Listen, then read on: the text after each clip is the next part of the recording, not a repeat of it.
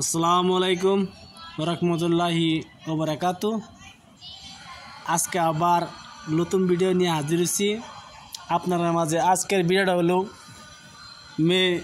মেয়েদের জন্য, মা সকলের জন্য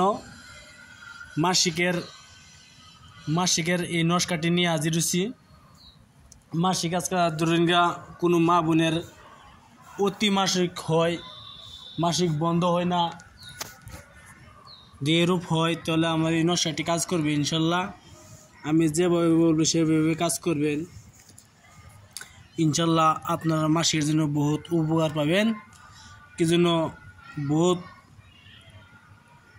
আমাদের মতন বহুত গরিব মানুষ আছে, ধরেন কোনো মানুষ আছে দিন আনে দিন খায়, কিছু করতে পারে না, চিকিৎসা মানুষ করতে পারে না। এরকম মানুষ আছে, গরিব মানুষ আছে। হয় পেটের বেদনা করে, মাসিক হলে বেদনা হয়, পেটে বেদনা করে, এরূপ যদি হয় কথা অতি মাসিক হয়, অতি রক্ত চলাচল করে, যে রূপ হয়, কোনো মা সকলের বোন যা যে কেউ হোক না কেন, তো এই নকশাটি ব্যবহার করবেন। এই নকশাটি কীভাবে ব্যবহার করতে হয় আজকে আমি ভিডিওর মাঝে বলে দেব। আপনারা অবশ্যই ভিডিওটা ভালো লাগে তো অবশ্যই একটা সাবস্ক্রাইব করবেন, শেয়ার করবেন, লাইক করতে বলবেন না।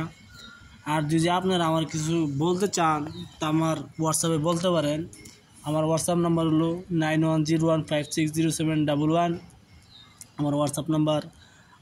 আর যদি আপনি বেলেগ চিকিৎসা করাতে চান, যে কোনো চিকিৎসা করাতে চান, জানা আপনার হে বেমার যদি চিকিৎসা করাতে চান, তা আমার উস্তাদের সাথে আপনার কথা বলতে পারেন। আমার উস্তাদ বাড়ি হচ্ছে নগাঁও দৈন্যাবেড়ি।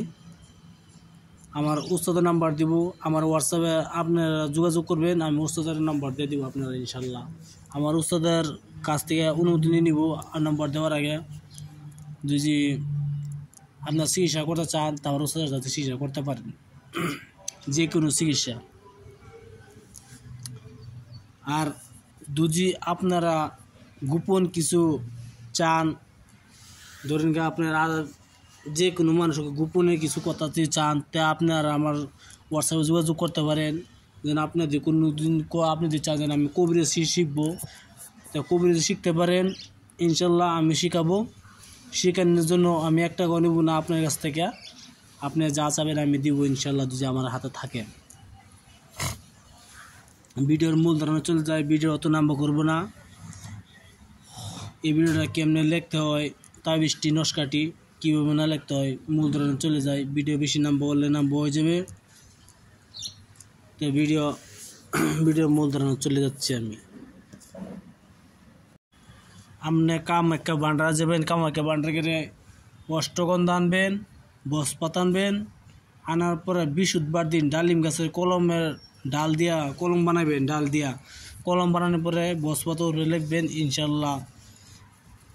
বানানোর পরে আপনি পাক পবিত্র হিসেবে বসিয়া বৃহস্পতিবার দিন পাক পবিত্র বসিয়া ডালিম গাছের কলম দিয়া অষ্টগন্ধ দ্বারা বসপতের উপরে এই নস্কাটি সুন্দরভাবে লিখিয়া আপনার যে কোমরে বেঁধে দিবেন, রুগীর কোমরে বেঁধে দিবেন ইনশাল্লাহ। রক্তস্রাব বন্ধ হয়ে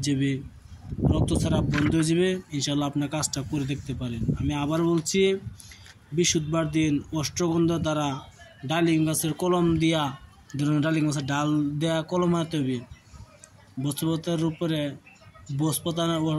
উপরে অষ্টগন্ধ দ্বারা এই নস্কাটি ভালোভাবে লিখবেন। লেখার পরে কোমরে আপনি বেঁধে দিবেন। আপনারা সবাইকে ইজাজত দেওয়া আছে, কোনো মানুষকে ইজাজত দেওয়া বাকি নাই।